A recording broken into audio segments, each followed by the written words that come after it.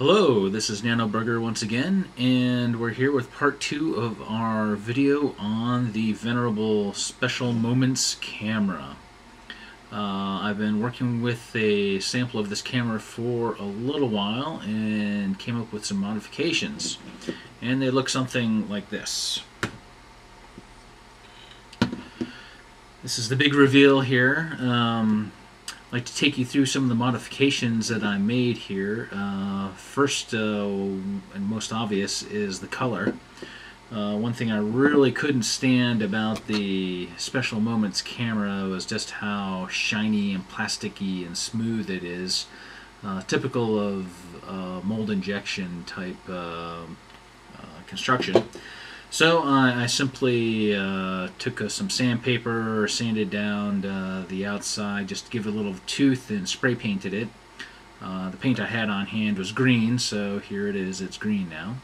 It does have a nice two-tone effect. I did the back and the front plate while leaving the major portion of the camera intact.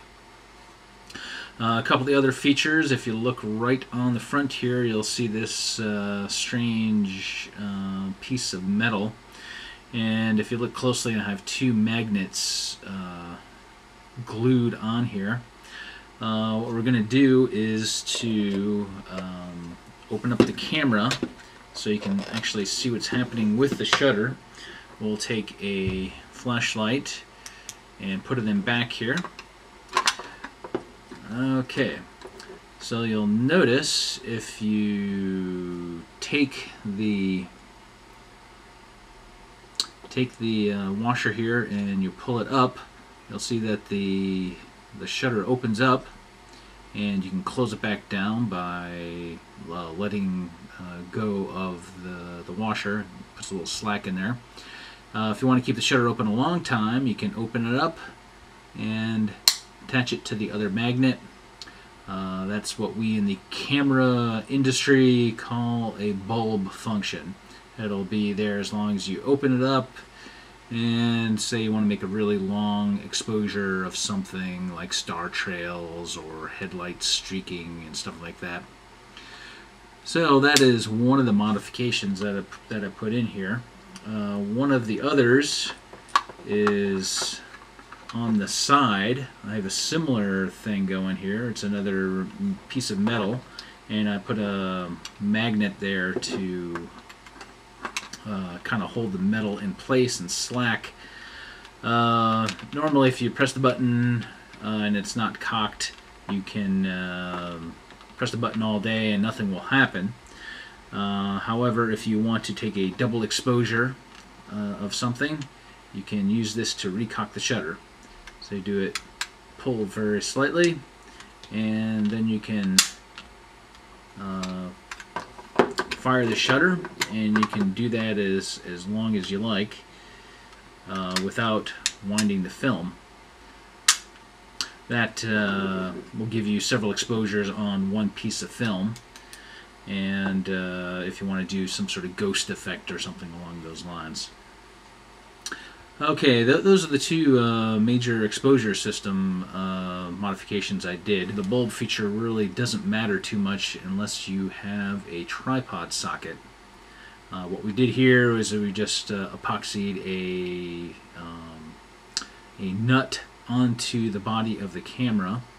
That nut is threaded to a standard tripod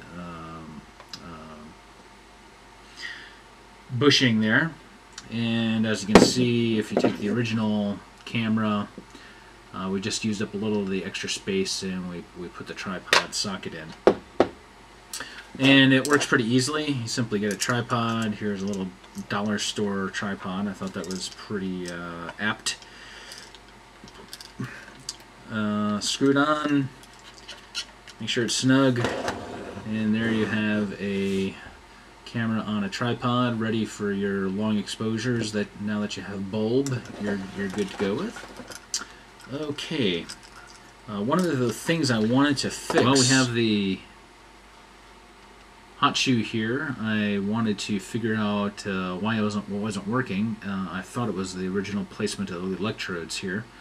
But as I found out as I opened it up, the folks who manufactured the camera didn't bother to connect the shutter mechanism with the hot shoe. So I did that myself with some wires and kind of jury-rigged it and got it to work. And we'll take our big Walktron flash here and put it on and see how she works.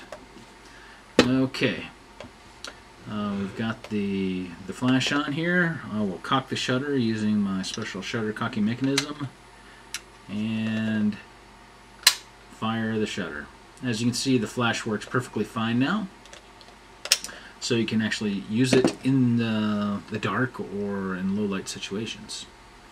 A couple other modifications I did. I put these kind of picture frame hangy things on here, so I can actually hang it from my neck instead of having the wrist strap, which it originally came with,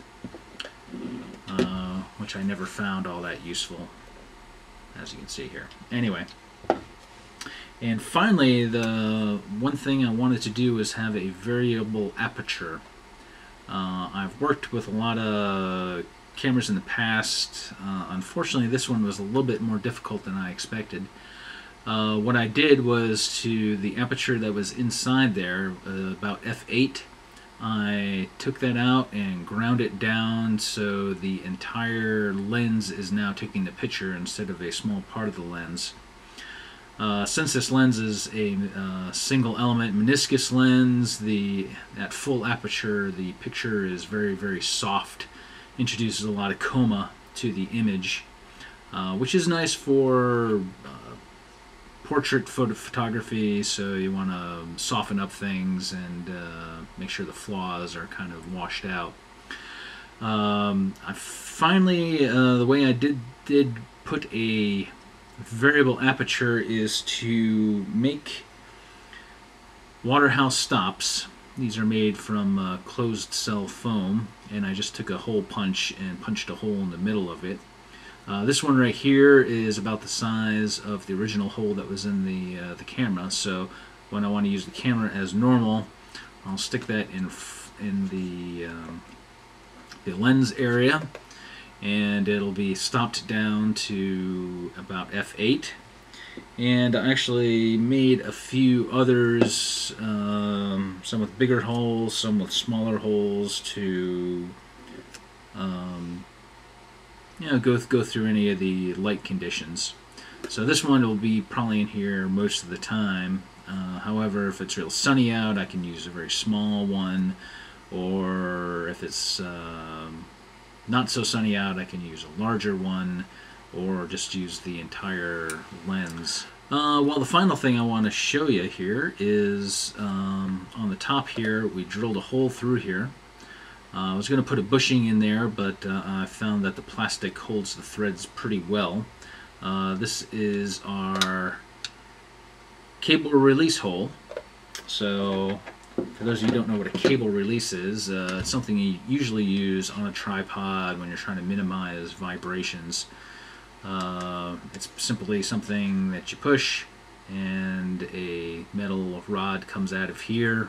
It can be bent, so you can use it relatively flexibly.